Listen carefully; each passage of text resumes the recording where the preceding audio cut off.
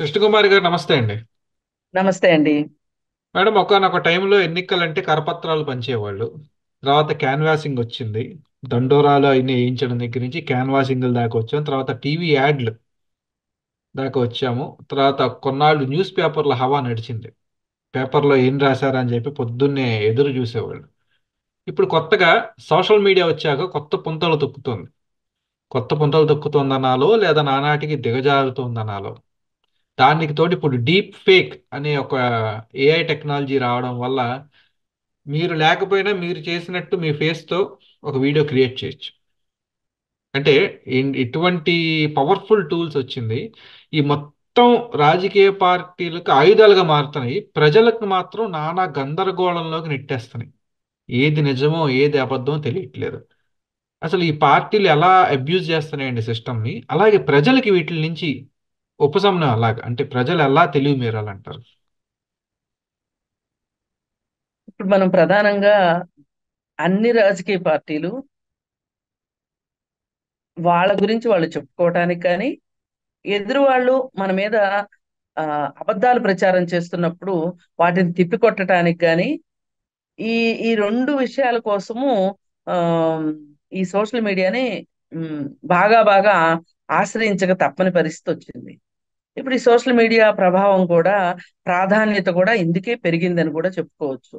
ఇప్పుడు వాళ్ళు సోషల్ మీడియాలో ఒక యాడ్ వేశారండి. మరి మనం కూడా వెయ్యాలి కదా. ఇప్పుడు వాళ్ళు వేసిన దానికి ధీటుగా మనది ఉండాలి అంటే, వాళ్ళు రెండు అబద్ధాలు చెప్పారనుకోండి, మనం నాలుగు అబద్ధాలు చెప్పాల్సిందే కదా. ఇవాళ అబద్ధాలని నుంచి రక్షించుకోవటానికి నిజాలు చెప్పటం ఎలా అనే దానికంటే కూడా, అబద్ధాన్ని ఎదుర్కోవడానికి అబద్ధాన్నే చెప్పాల్సిన పద్ధతిని ఎంచుకున్నారు ఈ రాజకీయ పార్టీలు. వీళ్ళు వాళ్ళు అని కాదండి, అన్ని రాజకీయ పార్టీలు ఇదే పని చేస్తున్నాయి. ఆ వాటిలో మనం కొన్నిటిని గనక మనం ఉమ్, ప్రధానంగా మాట్లాడుకుంటే కొన్నిటి గురించి. ఇప్పుడు ఒక చిన్న పెట్ట కథ ఉంది. అదేంటి అంటే, ఒక సిక్స్త్ క్లాసో సెవెంత్ క్లాసో చదివే పిల్లవాడు, అమ్మ అమ్మ రేపు స్కూల్లో ఫ్యాన్సీ డ్రెస్ కాంపిటీషన్ ఉంది, నన్ను నేను ఏ వేషం వేస్తే బాగుంటది అని అడుగుతాడు వాళ్ళ అమ్మని. అడిగితే వాళ్ళ అమ్మ, నాన్న ఫ్యాన్సీ డ్రెస్ కాంపిటీషన్ అంటే మనకి చాలా డబ్బులు కావాలి, కాస్ట్యూమ్స్ కావాలి, అది కావాలి, ఇది కావాలి, పైగా నీకు తర్ఫీదు ఇచ్చేవాడు కావాలి, మన వల్ల కాదమ్మా అంటే, కాదు కాదు అని చెప్పి నేను ఏమైనా సరే వేయాల్సిందే అని చెప్పి ఇక వాళ్ళ అమ్మని ఏడిపించి ఏడిపించి మొత్తానికి ఫ్యాన్సీ డ్రెస్ కాంపిటీషన్కి వెళ్ళాడు పిల్లాడు. వెళ్తే అతనికి ఫస్ట్ ప్రైజ్ రాలా, సెకండ్ ప్రైజ్ రాలా, థర్డ్ రాలా, ఆఖరికి ఏడుపొట్టు ప్రైజ్, కన్సలేషన్ ప్రైజ్ కూడా రాలా. కేవలం అతనికి ఆ ఏ ప్రైజు లేకుండా ఇంటికి రావాల్సి వచ్చింది. ఇంటికి వచ్చిన తర్వాత, ఏం బిడ్డ బిడ్డ ఏమైంది అంటే, అమ్మ, నీ నెత్తి మీద ఒట్టేసి మరీ చెప్తున్నా, నేను ఏ రోజుకైనా సరే ప్రపంచవ్యాప్తంగా ఆ ఫ్యాన్సీ డ్రెస్ కాంపిటీషన్ లో నేను ప్రథమ బహుమతి సంపాదిస్తా. పైగా అబద్ధాలని నిజాలుగా అర్థం చేసుకునేలాగా నేను ఎప్పటికైనా నేను విజయం సాధిస్తా. నీ నీ పైన నేను ఒట్టేసి చెప్తున్నాను. ఆ, నేను నీకు ఇస్తున్న మాట అమ్మా, నేను మాట నిలబెట్టుకునే కొడుకును అవుతాను అని చెప్పి ఒక కొడుకు తల్లితోటి శపథం చేశాడు. ఆ కొడుకు ఎవరో చెప్పండి. అంటే ఇది మనకి కేజీఎఫ్ లో రాకీ బాయ్ లాగా మన భారతదేశంలో మోడీ బాయ్ ఉంటాడు నాకు తెలిసి. ఎంత బాగా చెప్పారండి. అంతే కదా. నిజంగా వెనకాల చాలా బాగా చెప్పారు. ఆ బ్యాక్గ్రౌండ్ మ్యూజిక్ వస్తే బాగుంటది, తందానే తానే తానే తందానా అని. చాలా బాగా చెప్పారు. ఇదేంటి సంగతి. ఆ మోడీ అన్నమాట. మరి ఆయన ఆ ఉత్తరాఖండ్ వైపు వెళ్తే అక్కడ వాళ్ళు పెట్టుకునే టోపీ, హిమాచల్ ప్రదేశ్ వెళ్తే అక్కడ, అస్సాం వెళ్తే అక్కడ, ఆ ఇప్పుడు ఆయన అదృష్టం కొద్దీ మణిపూర్ ఇట్లాంటి చోటకి వెళ్ళట్లేదు కాబట్టి ఓకే, అక్కడికి వెళ్ళే ధైర్యం ఆయన చెయ్యడు. ఈ అధికారంలో ఉండగాను చేయలేదు, రేపు అధికారం పోయాక కూడా చేయలేడు ఎట్లాగూ. సో ఎక్కడ ప్రజలకి అక్కడ, ఎక్కడ ఏ ప్రాంతానికి వెళ్తే ఆ ప్రాంతం లాగా ఆ, ఆయన వేష భాషలు మారుస్తూ ఆయన అబద్ధాలు చెప్పుకుంటూ ప్రచారం చేస్తున్నారు. మరి ఆయన చెప్తున్న అబద్ధాలని, ఇవి అబద్ధాలు, ఇవి నిజాలు కావు అని చెప్పే విషయంలో ఒక రకంగా కాంగ్రెస్ కానీ ఇండియా కూటమి కానీ తడబడుతుందని చెప్పాలి. ఎందుకంటే వాళ్ళు ఊహించలా అసలు ఇలాంటి ఒక పరిస్థితి వస్తదే అని వాళ్ళు ఊహించలా. ఎందుకంటే వాళ్ళు ఏ మాటకు ఆ మాట ఇంకా ఈ రోజుకి పేపర్లో ప్రకటనల దగ్గరనే ఆగిపోయారు వాళ్ళు. సోషల్ మీడియాని అంత ఆ, బాగా ఇంత అవసరం ఉంటది సోషల్ మీడియాకి అని వాళ్ళు ఊహించలా. కానీ వాళ్ళు కూడా సోషల్ మీడియాను ఉపయోగిస్తూ వాళ్ళు ఏం చెప్తున్నారు అంటే వాళ్ళ మీద వేసిన అదే బట్టగాల్చి మీద వేస్తే దాన్ని దులుపుకోవటం కంటే కూడా ఆ మోడీని తిట్టడం కంటే కూడా ఆ, వాళ్ళు ఏం చెప్పుకోగలుగుతున్నారంటే మేము ప్రజలకు ఏం చేస్తాం అనేది మాత్రమే చెప్పుకోగలుగుతున్నారు వాళ్ళు. అంటే ఒక రకంగా కాస్త ఆరోగ్యకరంగా ఉన్నది కా కాంగ్రెస్ పార్టీ అని మనం చెప్పుకోవచ్చు. ఎందుకు అంటే వాళ్ళు ఎక్కువ ఈ సోషల్ మీడియాని నమ్ముకోలే. ఇప్పుడు ఈ ఆ, ఏ ఏఐ టెక్నాలజీని కానీ లేకపోతే ఇంకో దాన్ని కానీ ఇంకో దాన్ని కానీ వాళ్ళు పెద్దగా నమ్ముకోలే. వాళ్ళు ఇంకా సాంప్రదాయబద్ధంగా ఆ ఆ, వాళ్ళు ముందుకెళ్తున్నారు. పైగా వాళ్ళ వ్యూహాల్లో కూడా వాళ్ళ వెనకబడతనం కనిపిస్తుంది. ఎట్లా అంటే ఇప్పుడు రాజస్థాన్ లో పోయినసారి వాళ్ళకి కావాల్సిన సీట్లు వచ్చాయి. అంటే ఉమ్, వాళ్ళు ముఖ్యమంత్రి అయ్యే సీట్లు వచ్చాయి.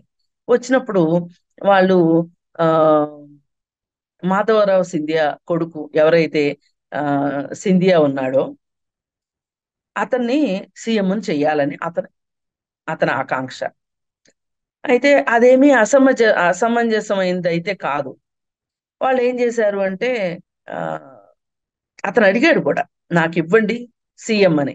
పైగా ఒకప్పుడు ఈ సచిన్ పైలట్, ఈ మాధవరావు సింధియా కొడుకు రాహుల్ గాంధీ వీళ్ళు ముగ్గురు ఒక రకంగా ఒక సమవయస్కులు.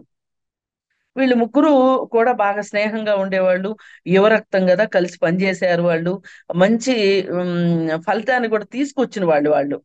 అయితే అక్కడ వాళ్ళు చేసిన కాంగ్రెస్ పార్టీ వెనకబాటుతనంతో వాళ్ళు చేసిన తప్పు ఏంటంటే ఆ మాధవరావు సింధియా కొడుక్కి ఆ, ముఖ్యమంత్రి ఇవ్వకుండా మన దగ్గర ఆ, సీనియర్లు సీనియర్లకి మనం చాలా ప్రాధాన్యత ఇవ్వాలి. ఆ సీనియర్లని మనం గుర్తించకపోతే సీనియర్లు చాలా బాధపడతారు. అసలు మనది కాంగ్రెస్ పార్టీ ఎంత ఎలాంటి పార్టీ మనది. సీనియర్లని గుర్తుంచుకోకపోతే ఎట్లా అని చెప్పి సీనియర్కి ఇచ్చారు. ఇస్తే ఏమైందండి? మాధవరావు సింధియా కొడుకు వెళ్ళి బీజేపీలో చేరాడు. చేరితే ఆ రాష్ట్రంలో నష్టం జరిగింది ఏంటి మరి? ఒక రాష్ట్రాన్ని కోల్పోయింది కదా రాజస్థాన్. దాన్ని మళ్ళీ రీబిల్డ్ చేసుకోవడానికి ఎన్ని కష్టాలు పడాల్సి వస్తుంది. ఇప్పుడైతే కొంచెం మళ్ళీ పరిస్థితులు ఆశాజనకంగా వచ్చినాయి. పరిస్థితి చేతికి వచ్చింది. అంటే నేను ఇదంతా ఎందుకు చెప్తున్నా అంటే వాళ్ళ వెనకబడుతనానికి చెప్తున్నా. మరి ఇదే బీజేపీ ఛత్తీస్గఢ్ లో ఏం చేసిందంటే ఒక బీసీ నాయకుడిని, యువ నాయకుడిని, ఊహించని నాయకుడిని తీసుకొచ్చింది. అసలు రాజస్థాన్ లో కూడా అదే పని చేసింది. రాజస్థాన్ లో అయితే ఆ మాధవరావు సింధియా సిస్టర్ ఉంటారు. ఆవిడ చేతికి ఆవిడే నేను సీఎం అనుకుంది మొన్న. అనుకుంటే ఆవిడకి సింపుల్ గా ఒక చీటీ వచ్చింది చేతికి. ఆ చీటీలో చూస్తే ముఖ్యమంత్రి పేరు ఆవిడే అనౌన్స్ చేయాలి. ఆ పేరు ఎవరిది అనుకుంటున్నారు? ఒక కొత్త యువ బీసీ నాయకుడిది.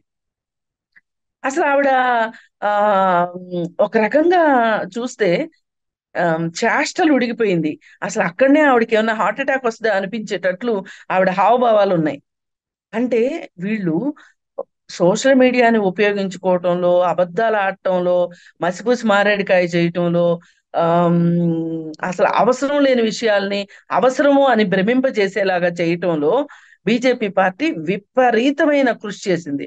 వాళ్ళైతే అసలు ఒక వాట్సాప్ యూనివర్సిటీనే ఏర్పాటు చేసేసి ఆ వాట్సాప్ యూనివర్సిటీలో విద్యార్థులను తయారు చేసి ఆ విద్యార్థుల్ని ఉద్యోగార్థులను చేసేసి ఆ అంటే ఎంప్లాయ్మెంట్ అన్నమాట ఇచ్చేసేసి వాళ్ళని దేశం మీదకి వదిలారు. వాళ్ళు చెప్తున్న అబద్ధాలు, వాళ్ళు చెప్తున్న మాటలు, వాళ్ళు చేస్తున్న విష ప్రచారం మామూలుగా లేదు మరి.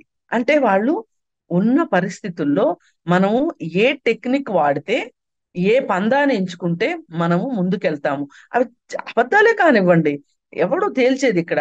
లిట్మస్ టెస్ట్ పెట్టేది ఎవడు? మనకి నిజాలు అబద్ధాలు చెప్పించే, అది నిజం అబద్ధమా అని తేల్చే టెస్ట్ పెట్టే మనగాడేడి ఈ దేశంలో? లేరు. అలాంటప్పుడు మనం చెప్పిందే మాట, మనం చెప్పిందే వేదం, మనం చెప్పిందే వాస్తవం. అలా నమ్మి తీరుతారు ఈ ప్రజలు అని ఆ వాళ్ళు నమ్ముకున్నారు. ఆ పందాలోనే వాళ్ళు ముందుకెళ్తున్నారు.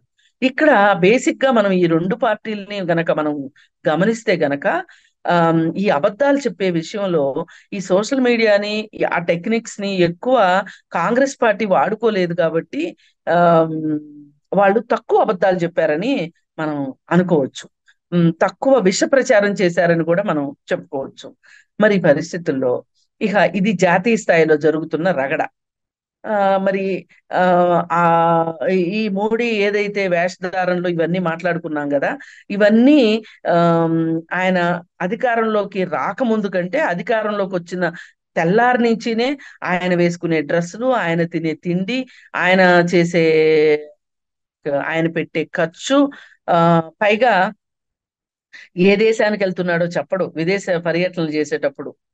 పైగా విదేశీ పర్యటనలకు వెళ్ళేటప్పుడు మనకు సంబంధించిన సమాచార మంత్రిత్వ శాఖకు సంబంధించిన ఆ అధికారుల్ని తీసుకుని వెళ్ళాలి.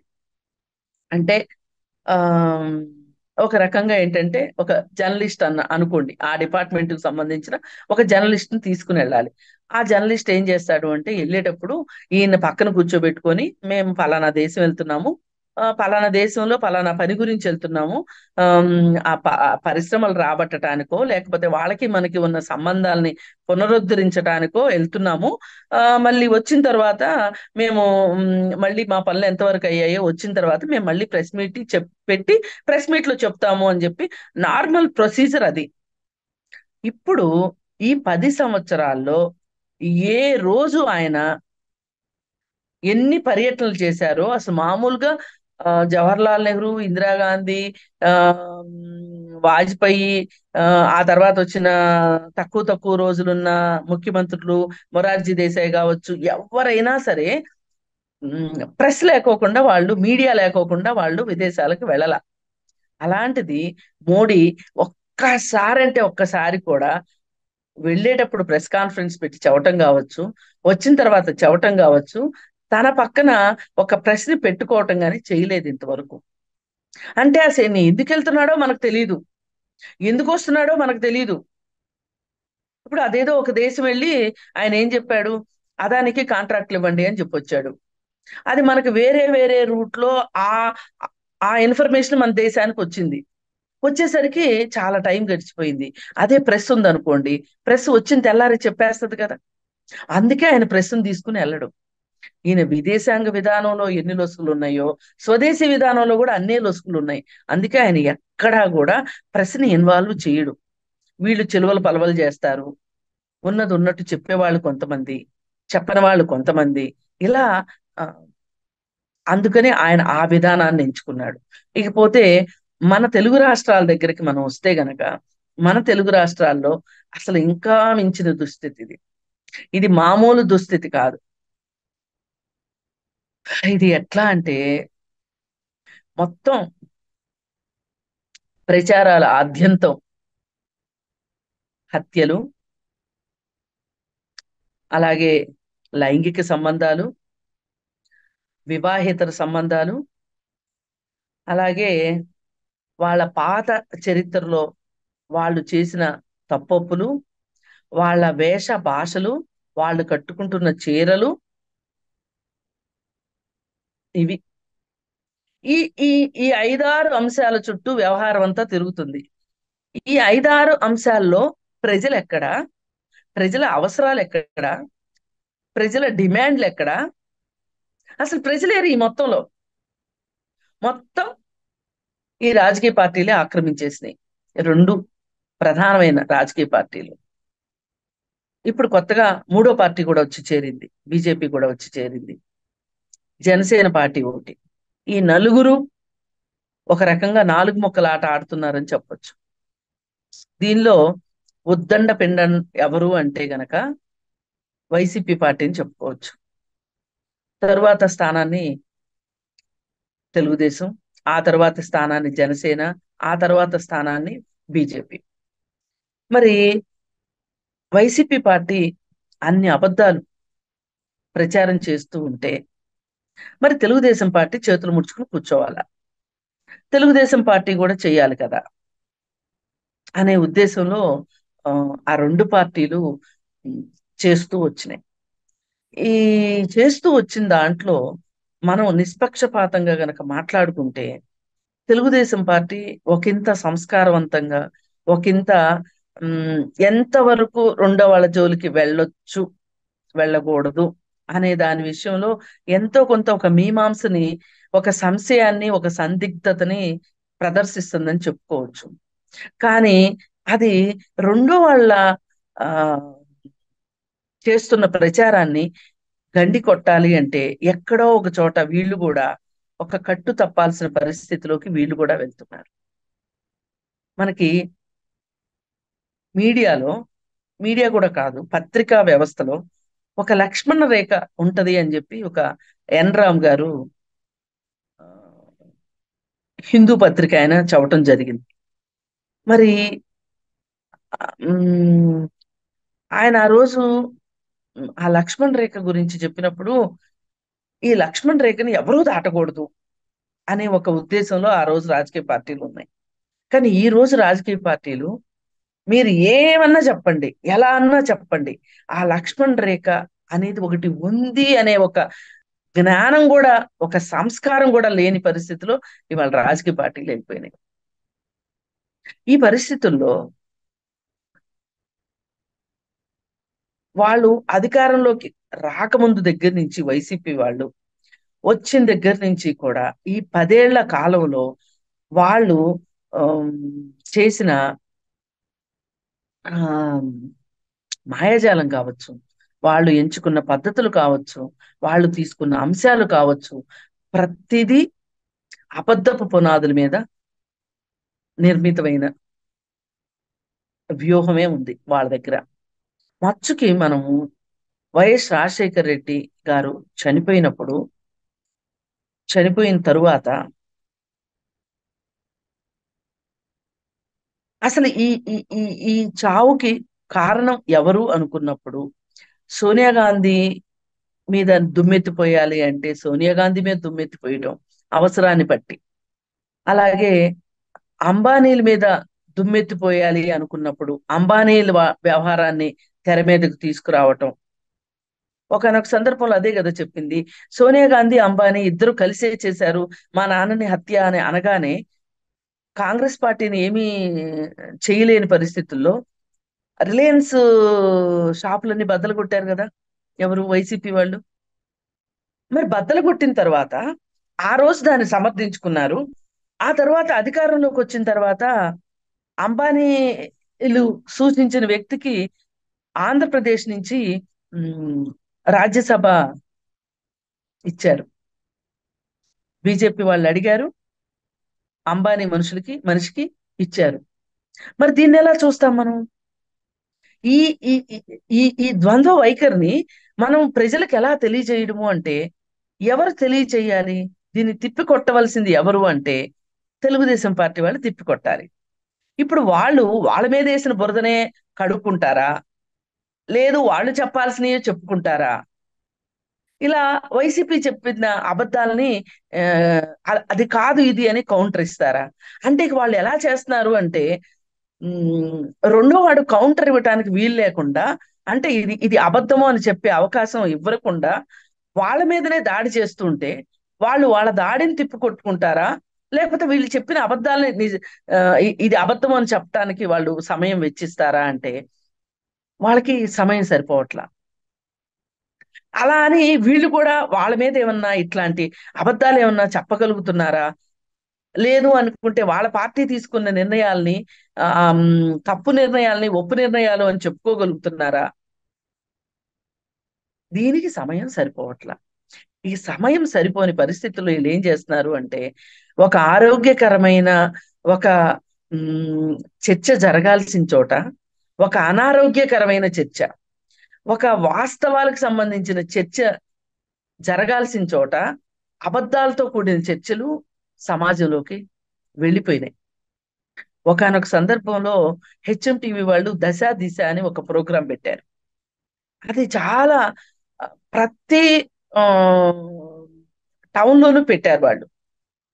దానిలో ప్రతి పార్టీ వచ్చి వాళ్ళ అభిప్రాయాన్ని చెప్పుకుంది.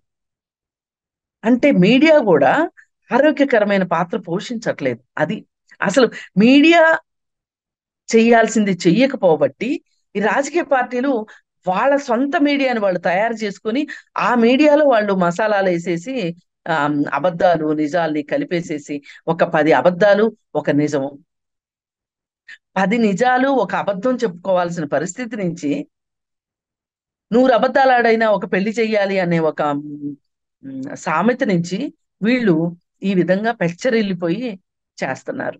దీనిలోకి ఏమేమి వచ్చి చేరాయి ఇప్పుడు? ఆడవాళ్ళ చీరల దగ్గర నుంచి ఆ ప్రత్యర్థి పార్టీల ఆ ఉమ్, వ్యక్తుల వివాహేతర సంబంధాల దగ్గర నుంచి, అలాగే ఆమ్, ఆ, ఆ, ఒక్కొక్కరి 2 3 పెళ్లిళ్ళ గురించి ఇవన్నీ మాట్లాడుతున్నారు. అందుకు ఇవన్నీ మాట్లాడుతున్నారు.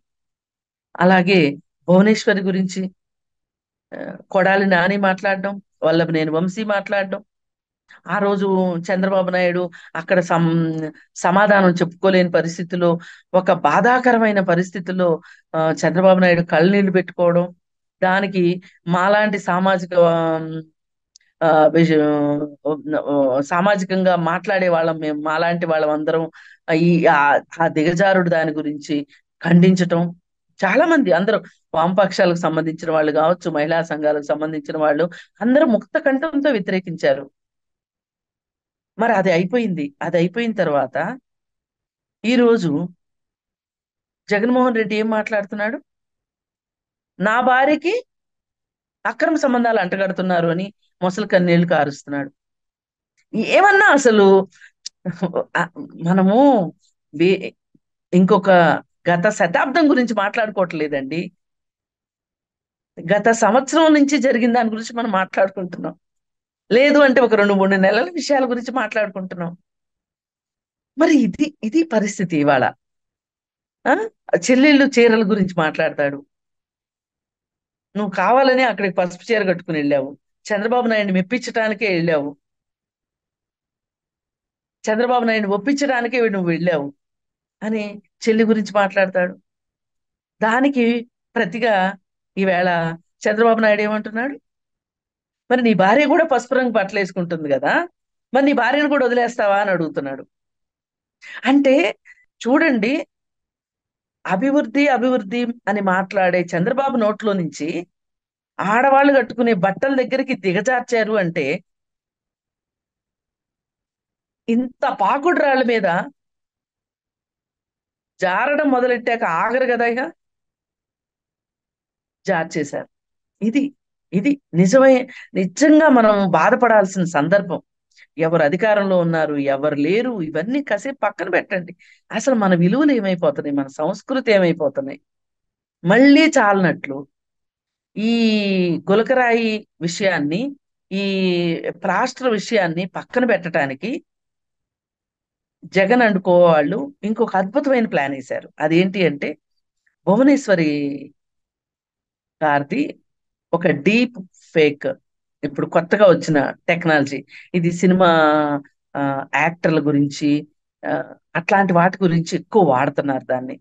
అంటే వాళ్ళ ఆమ్, శరీరాల్ని ఆ విధంగా చూపించి ఆ, చాలా మందిని ఆ ఆ వీడియోలు చూసేటట్లుగా చేయడానికి వాళ్ళు చేస్తున్న చీప్ ట్రిక్స్ అవి.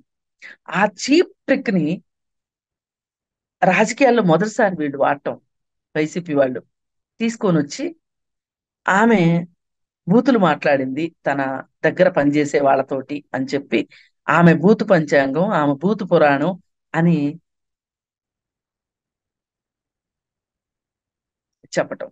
ఆ ఆ- ఆ వీడియోలు రీల్ వచ్చేసారు. అంటే వీళ్ళు వివేకం అని చెప్పి సినిమా తీశారు. అంతకుముందు వాళ్ళు చంద్రబాబు నాయుడు మీద సినిమాలు తీశారు. ఇప్పుడు దివాకరం అని చెప్పి ఇంకొక షార్ట్ షార్ట్ ఫిల్మ్. ఫిల్మ్ లాంటివి చేశారు. నిజానికి అవి జగన్ పరిపాలనలో చేసిన తప్పులు గురించి, ప్రజలకు జరిగిన అన్యాయం గురించి నిజానికి ఆ షార్ట్ ఫిల్మ్స్ బాగున్నాయి. ఎక్కడ అదే అనిపించట్లేదు. కానీ వాళ్ళకి మట్టుకు బాగా తగలవలసిన చోట సూటిగా తగిలింది. అందుకని వాళ్ళు మేము ఇలా కాదు బాబు ఇలా చేశాము అని చెప్పుకునేంత ఓపిక తీరిక వాళ్ళకి లేక, వాళ్ళ మనస్తత్వాన్ని బట్టి వాళ్ళు వాటన్నిటికీ సింగిల్ పాయింట్ ఎజెండా కింద ఒక్కటే మేము వదులుతున్నాము అని చెప్పి భువనేశ్వరి భూత పురాణం గురించి మాట్లాడటం. ఈ రోజుకి పాత రోజుల్లో ఆ కొడాలి నాని, వల్లభనేని వంశీ భువనేశ్వర్ గురించి ఏం మాట్లాడారో అవన్నీ తీసుకురావటం, ఇవి ఈ రోజు మనకి అవసరమా? ఇవాళ సోషల్ మీడియాలో ఈ ఈ ఈ పద్ధతుల ద్వారా మీరు ప్రచారం చేయడం ఏమైనా అసలు అనుచితమైన సముచితమా? ఎందుకు ఇంత అనుచితమైన పనులకి అనుచితమైన వ్యాఖ్యలకి వెళ్తున్నారు అంటే ఇది ఒక రకమైన విధ్వంసం అన్నమాట. ఈ విధ్వంసం ఒకరి దగ్గరికి వచ్చింది, ఒకరు మొదలెట్టాక ఇంకొకరు అనుసరించక తప్పని పరిస్థితి. నేను మడిగట్టు కూర్చుంటాను, నేను శ్రీరంగ నీతులు చెప్తాను అంటే ఇవాళ సమయం లేదు మిత్రమా అనే పరిస్థితిలోకి ఇవాళ పరిస్థితులు వెళ్ళిపోయినాయి. ఇది నేను వీళ్ళందరినీ గమనించిన తర్వాత చాలా బాధతోటి, ఇప్పుడు చిరంజీవిని తిట్టాలంటే చిరంజీవి కూతుర్ల విడాకుల గురించి మాట్లాడతారు. పవన్ కళ్యాణ్ గురించి మాట్లాడాలి అంటే పవన్ కళ్యాణ్ 4 పెళ్లిళ్ళు 5 పెళ్లిళ్ళు గురించి మాట్లాడతారు. ఇంకా అన్నిటినీ మించి పెయిడ్ ఆర్టిస్టుల చేత, అంటే ఆ కృష్ణమురళి లాంటి, పోసాని కృష్ణమురళి లాంటి పెయిడ్ ఆర్టిస్టుల చేత ఏం మాట్లాడిస్తారు? ఎవరో పంజాబ్ అమ్మాయికి పవన్ కళ్యాణ్ చేసిన స్టమక్ గురించి మాట్లాడిస్తారు. ఇవా అండి? ఇదా మన సంస్కారం? ఇదా మన సంస్కృతి? అడిగేవాళ్ళు లేడు. అసలు మొదట రావాల్సింది ఇక్కడ 2 తెలుగు రాష్ట్రాల్లోనూ ఒక సాంస్కృతిక విప్లవం రావాలి, ఒక కల్చరల్ రెవల్యూషన్ రావాలి. అది వస్తే గాని ఇంకా నేను మీతో పంచుకోవాలనుకున్నవి చాలా ఉన్నాయి. ప్రతిరోజు ఇది ఒక ఆవేదన. ఎక్కడో ఒక చోట మేము మా ఆక్రోశాన్ని వెళ్ళగొక్కుతున్నాం. అది ఎంతవరకు చేరవలసిన వాళ్ళకి చేరుతుందో లేదో మాకు తెలియదు. ఇదండి ప్రస్తుతం దేశంలో కావచ్చు, మన తెలుగు రాష్ట్రాల్లో కావచ్చు జరుగుతున్న విధ్వంస కాండ. చూద్దాం మేడం, నానాటికి ఈ సోషల్ మీడియా అనే దాన్ని ప్రజలు అలా వాడుకుంటున్నారు. రాజకీయ పార్టీలు దానికి 10 రెట్లు వాడుకుంటున్నాయి. చూద్దాం, జనాలకి ఒక స్పృహతో వారు చూస్తారని మనం భావిద్దాం మేడం. ధన్యవాదాలు.